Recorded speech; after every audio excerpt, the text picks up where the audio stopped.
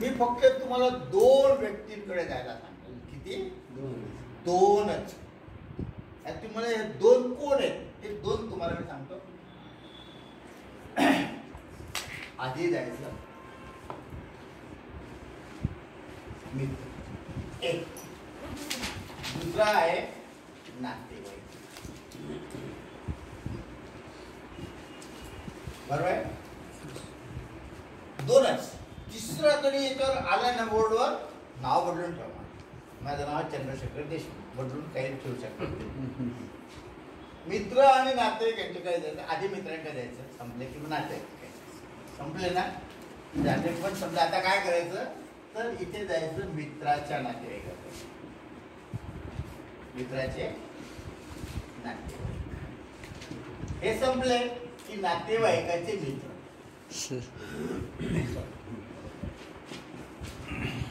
बरोबर आहे? हे संपले की मित्राच्या नातेवाईकाच्या मित्र. आणि इकडे नातेवाईकाच्या मित्राच्या नातेवाईक. किती लोकांना भेटायचे? आला तिसरा दूधवाला. माझे पैसे काढ नाही मला तुझी काय मित्र नातेवाईक. तिसरा नको. तिसरा कमी पडेल तुम्हाला काही. ही साखळी 25-30 वर्ष मी का बोललो की 25-30 वर्षानंतर माझ्यासाठी अशी परिस्थिती येते की पुष्कळ झालं व आता काही गरज नाही. मग देवधर्म वगैरे मागे लागतो. म्हणून 500 वर्ष पण चालणारी पॉलिसी. नातेवाईकाचे मित्र नातेवाईक कंटिन्यू पाहिजे. दुसरं काहीच करायचं नाही. हे झालं. आता एजन्सीमध्ये काय मिळतं? एक पवित्र काम आहे ते सांगितलं तुम्हाला. पवित्र काम आहे असं समजून फक्त प्रचंड आर्थिक उत्पन्न देणारं काम. साधं उदाहरण तुम्हाला सांगतो. त्या उदाहरणासाठी थोडीशी 2-4 वाक्यात माझी स्टोरी सांगेल तुम्हाला की मी 76 ते 86 बँकेत होतो. 86 पर्यंत LICची एजन्सी बेसिस नाव होतं. मग मला नाशिकचे लोक म्हणायला लागले LICतले की तुम्ही डेव्हलपमेंट ऑफिसर तुम्ही. मग तुम्हाला परीक्षा पास व्हायला म्हणजे मी ग्रॅज्युएट होतो. म्हटलं ठीक, परीक्षा पासून जाऊ. पण परीक्षेला काही प्रश्न नाही. मी परीक्षा पास झालो. त्यांनी मला विचारलं की तुम्हाला कुठं राहायचं. आता तुमच्यासमोर आबांची गोष्ट मी सांगतो. तुमचं नशीब आहे की आबासारखा मनुष्य इथे राहिला पाचोऱ्याला. का राहिले मला तो प्रश्न आहे. आता ते जाऊ शकत नाहीत. क्रीम कुठे येतो? क्रीम कसं असतं? दुधाचं क्रीम कुठे असतं? वरती. क्रीम हे नेहमी वर येत असतं. आबासारखं क्रीम हे पाचोऱ्यात का राहिलंय? तुमच्या नशिबात राहिलंय, तुमच्यासाठी राहिलंय समजा. क्रीम हे वरच येत असतं. चांगली मंडळी मुलं पाहतो आपण. हुशार मुलं कुठे जातात? पुण्याला जातात. आणखी हुशार कुठे जातात? ITला जातात. आणखी हुशार कुठे जातात? London, foreign. क्रीम हे वर जात असते. बरोबर? त्या न्यायानुसार मी 14 वर्ष LICत राहिलो.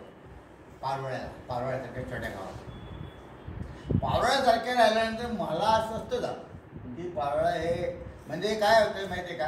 एक विहीर असते. तिथं आपण मोठ्या हॉर्सपॉवरची मोटर लावतो. पाणी लगेच संपून जातं. बरं आहे की नाही? तसं एवढंसं पारोळ्यात तिथे किती काय करू वाटतं असं समजलं. म्हणून मी जळगावला बदली करून घेतली. मी जळगावला बदली करून जळगावला पण 14 वर्ष LICत राहिलो. पारोळ्याला पण 14 वर्ष राहिलो. त्याच्या आधी 10 वर्ष मी याच्यामध्ये होतो. म्हणजे JDC बँकेत. म्हणजे मी पारोळ्याला जळगावला 14 वर्षाचे डेव्हलपमेंट ऑफिसर होतो. तर मनुष्य काय करतो? गेल्याबरोबर काय करतो? मी त्याला जसे तुम्हाला तेच नियम माझे पण नाही. आम्हाला पण तेच नियम आहे. नवीन डिवो झाला की त्याने मित्रांना एजन्सी वाटच सुटायचं असतं. बरोबर? तसं तुमचं आमचं काम सारखंच आहे. फक्त फरक असा आहे का आबा आणि माझ्यामध्ये तुम्ही एजंट नव्हते ना. मी एजंट होतो. त्याच्यासारखं होतं. मी सूचना होता असे ना पण एजन्सीचं काम मीच करत होतो. एवढंच फरक आहे. पण डेव्हलपमेंटचं काम हेच आहे की जसं तुम्हाला सांगितलं मित्रांना नाते केलं तर मित्र नाते केलं. मी आलो आणि आल्यावर असा मित्राला एजन्सी नेमली की त्याचं वाक्य काय सगळं दुनिया सांगते की जगात ब्रह्मदेव बी देऊळवाला असता तर तो एजन्सी त्याने घेतली नसती, अशी ती व्यक्ती होती. त्याने एजन्सी घेतली, 14 वर्ष माझ्याबरोबर काम केलं. त्या 14तलं पहिले 2-3 वर्ष, नंतरचे 2-4 वर्ष काही त्याने खास काम केलं नाही. जास्तीत जास्त त्याने 10 वर्ष काम केलं. माझ्या जवळचा मित्र, मी बुद्धिबळ खेळाडू आहे, तो पण बुद्धिबळ खेळाडू आहे. 40 वर्षापासून आमची मैत्री होती. चेस माहिती आहे ना, बुद्धिबळ आम्ही दोघं चेसचे प्लेयर आहोत. तर त्याने मारे आणि एकदम जवळचा आहे, फक्त 8-10 वर्षांनी लहान त्यामुळे तो मला फक्त दादा म्हणतो, बाकी काहीच नाही. मित्र सगळे जे लहान आहे ते दादा म्हणतात. ते दिवशी आम्ही बसल्यानंतर रिटायर झाल्यानंतर आला तो माझ्याकडे, दादा ते पेन्शन केलं. म्हटलं इतकं बसतं, इतकं तुमच्या मध्ये लावायचं. 32,000 बसलो. बस सफिशियंट आहे मला 32,000 पेन्शन. तो म्हणे तुझी सर्व्हिस किती झाली? म्हटलं 28 वर्ष. तो म्हणे दादा तू डेव्हलपमेंट ऑफिसर, तू फॅक्ट सांगतो ना, एक कवडीचा फोटो काहीच नाही याच्यामध्ये, तुम्हाला पुरावे दाखवू शकतो मी, आबंधर माहिती आहे सर. तो म्हणतो डेव्हलपमेंट ऑफिसर, तू मला घडवलं, तुझ्यामुळे मी एजन्सी घेतली आणि मी 10 वर्ष काम केलं, तरी सुद्धा एजन्सी माझी बंद आहे, पण मला आजही 50,000 रुपये महिना कमिशन येत आहे. तुलाच कस का 32,000? विचारला प्रश्न त्याने, पण माझ्या डोक्यात ट्यूब एजन्सीच्या गोष्टी. मग मी माझं कॅल्क्युलेशन केलं की मी जर JDCC बँकेत राहिलो असतो, बँकेची नोकरी सोडली नसती आणि एजन्सी चालू ठेवली असते, तर मिनिमम मला 2 लाख रुपये महिना पेन्शन आहे. ही एजन्सीची कमाल. आमच्या गावाला एक डेव्हलपमेंट ऑफिसर आहे. तो डेव्हलपमेंट ऑफिसर नाशिकमध्ये नाही, महाराष्ट्रात नाही, ऑल इंडियाला पहिल्या 10 मध्ये असतो. ऑल इंडियाला नावा तुमच्या लक्षात आलं. ऑल इंडियाला एवढं टॉपचं डेव्हलपमेंट ऑफिस. त्याचे वडील पण डेव्हलपमेंट ऑफिस.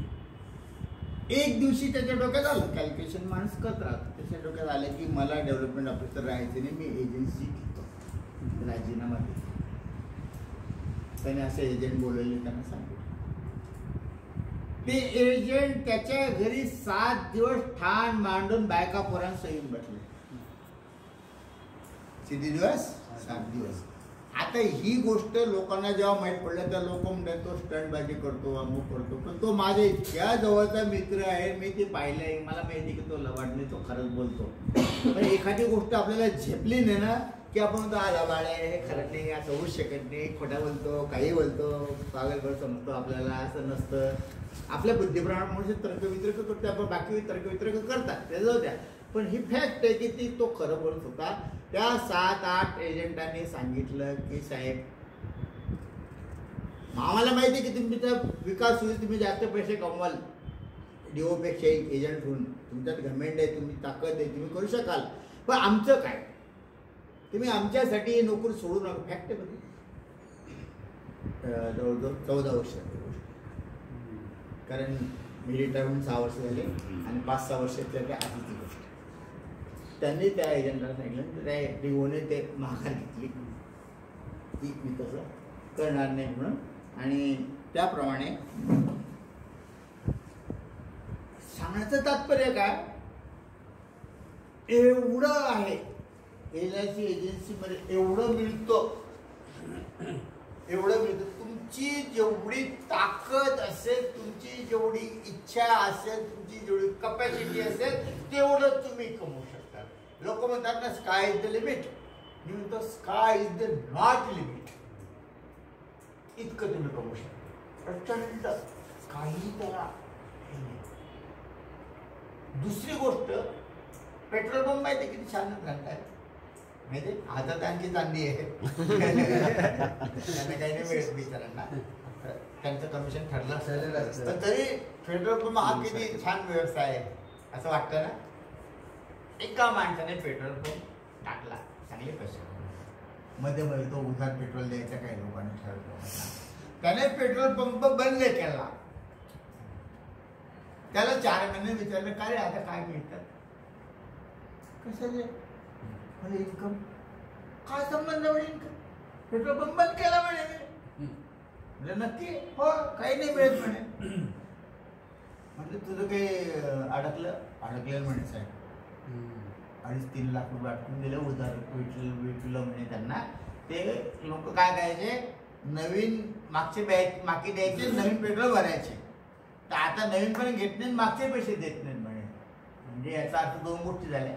धंदा बंद केल्यावरती इन्कम बंद झालं, उलट 2-4 लाख काहीतरी अटकून गेले. ह्या 2 गोष्टी झाल्यात कोणत्याही व्यवसाय बंद केल्यावर. जगात LICची एजन्सी हा असा एकमेव व्यवसाय आहे की तो बंद केल्यानंतर सुद्धा तिचं इन्कम चालू राहतं.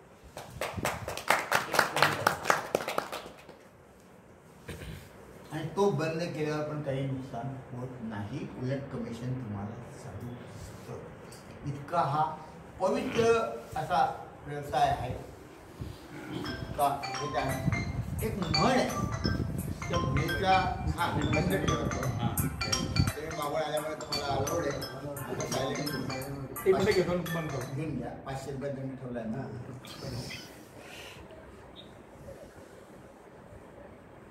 एक म्हण आहे इंग्लिशमध्ये, मीटिंग मध्ये हो बाय सुटीचे फोन होता. बाहेर मीटिंग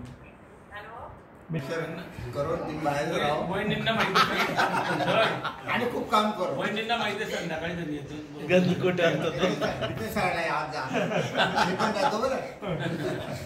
तर एक म्हण आहे, तिचा अर्थ असा आहे, अर्थ सांगतो की LIC एजन्सी ही अशी सोन्याची खाण आहे. आता लक्षात ठेवा, 2 शब्द आहेत, सोन्याची आणि खाण. खाण किती फुटावर लागते? 3, 2, 5 किती फुटावर लागते? सांगता येत नाही. बोरिंग किती फुटावर लागते? 50च्या पुढेच. 5 फुटात तर नळाचं कनेक्शन बी मिळत नाही लवकर.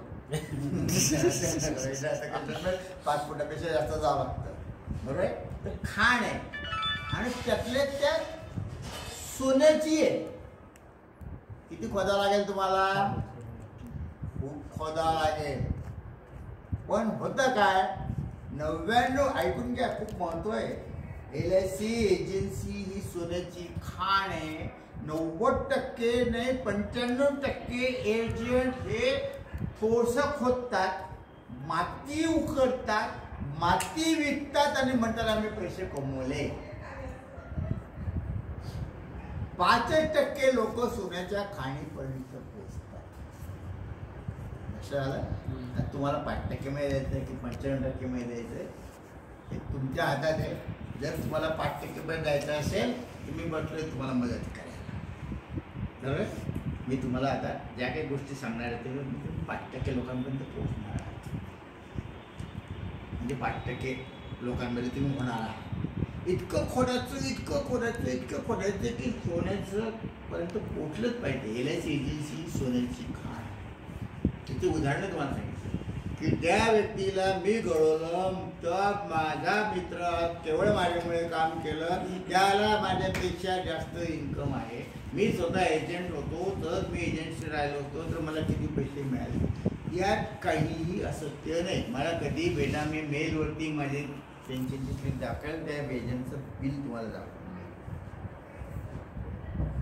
बरोबर. म्हणून तुम्ही प्रचंड काम कोणाकडे जा तुम्हाला सांगितलं. आता जरी तुम्ही गेलात तरी काही गोष्टी तुम्हाला माहिती पाहिजे. पहिला प्रश्न मला असं तुम्हाला विचारायचं की LICतला तुमचा गुरु कोण?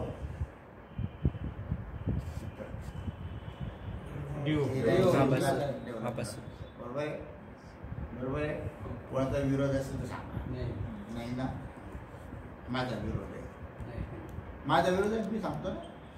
मी डेव्हलपमेंट ऑफिसर होतो, आपण डेव्हलपमेंट ऑफिसर आहे, तरी त्यांच्या समोर मी सांगतो की LICतला तुमचा पहिला गुरु कोण याचं उत्तर डेव्हलपमेंट ऑफिसर.